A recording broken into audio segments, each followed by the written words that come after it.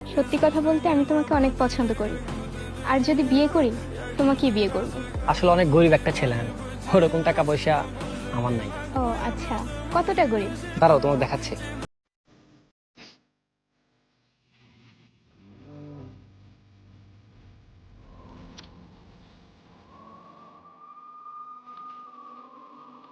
দেখো ছবি পাঠাইছি। আচ্ছা দেখতেছি।